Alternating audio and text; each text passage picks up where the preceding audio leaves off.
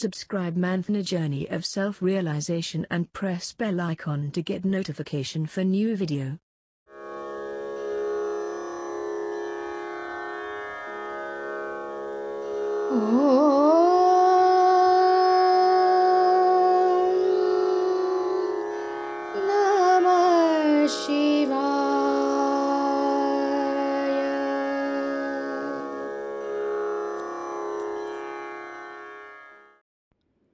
Many a times, it so happens that after having food, if we ask someone what exactly did he had in the food or in lunch, they are unable to give the details. Even after having a sumptuous meal for 20 minutes, one may not be able to say if he had a particular dish during the meal. Why does it happen? It's because while having food, he is not fully focused on the food he is having. Udhara bharana nohe zanije yajna karma. The literal meaning of this shloka is that eating is not just filling up.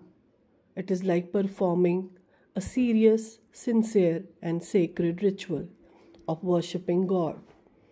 In this culture, the food that we eat is compared with the offering to the fire in the stomach.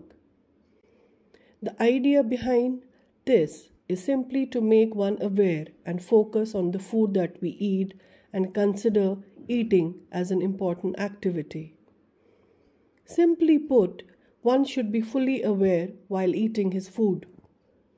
Another important aspect is that any activity which is done by being aware of it gives more pleasure than anything done without being aware.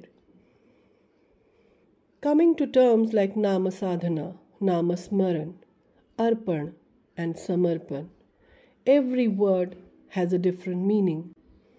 Arpan means to offer and Samarpan means to dedicate.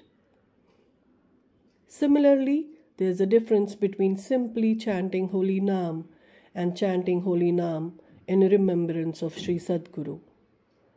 One must not get confused with these two terms. Someone who regularly performs 11 rounds of chanting Holy Naam on sacred japa beads on a busy day may not be able to do so. Lord Sri Krishna says instead of 11 rounds, even 1 round is enough.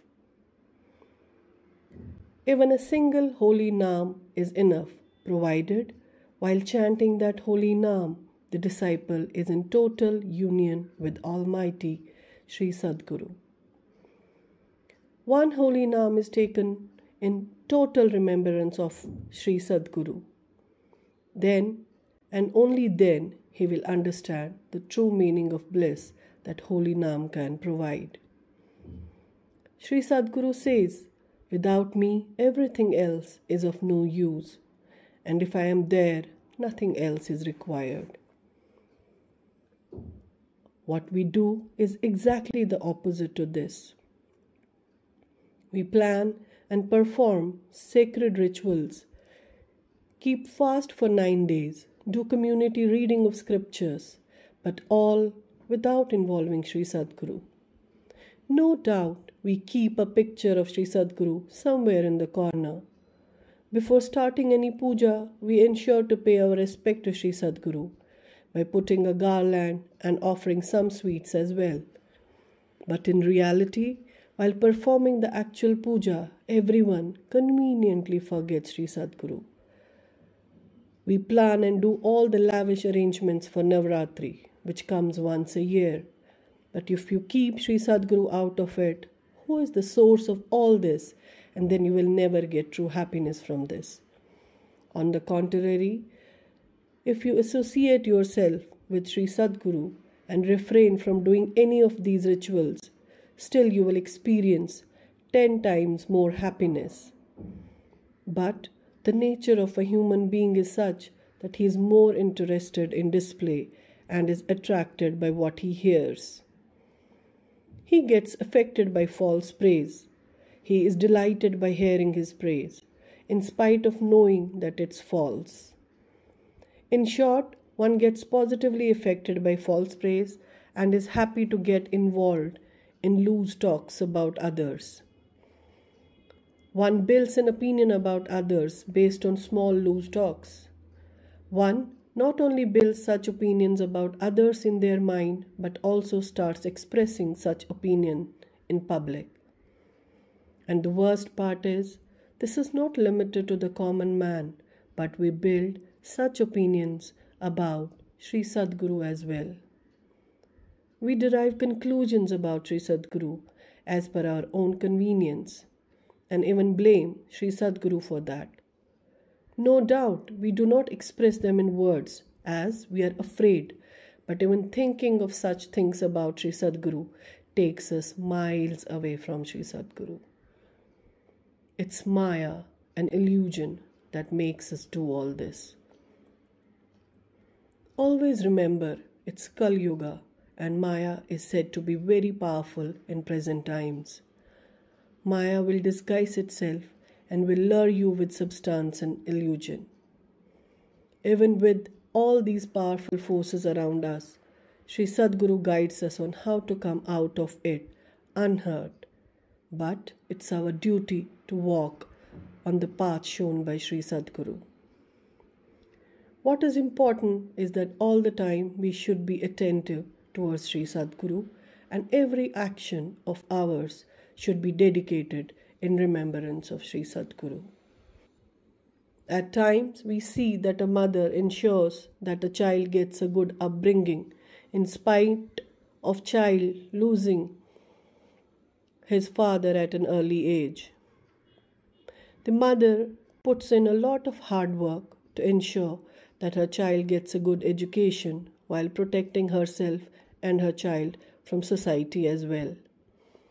May not be a luxury, but she ensures that her child gets everything that is necessary for her child and shields her child till he or she grows up. Of course, it's not a favor that a mother does. She does it out of pure love. She draws the strength to do all this from her love for her child and because she's always in remembrance of her child. She doesn't have to do it forcefully. It comes naturally to her. The child, while growing up, should have knowledge of the hardship and should always acknowledge the sacrifices his or her mother has done. If they remember those sacrifices and hardships all the time, they will have a different and pious vision to look at their mother. However, if they forget all the sacrifices and hardships of their mother, they will find their mother to be good in some situations and average in other.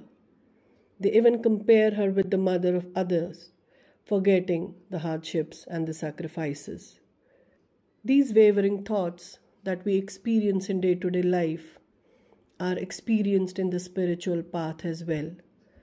The triangle of Shri Sadguru, disciple and God is also affected by these wavering thoughts.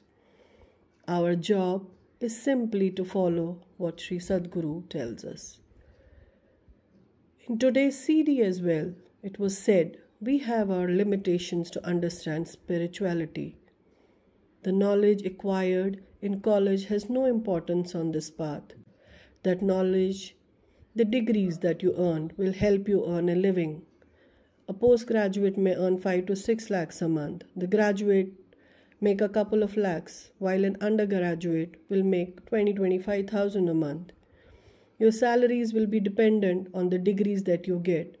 But does that mean one has become fully knowledgeable? Of course not. In fact, Shri Sadguru says that learning never ends. Jai Sai Ram.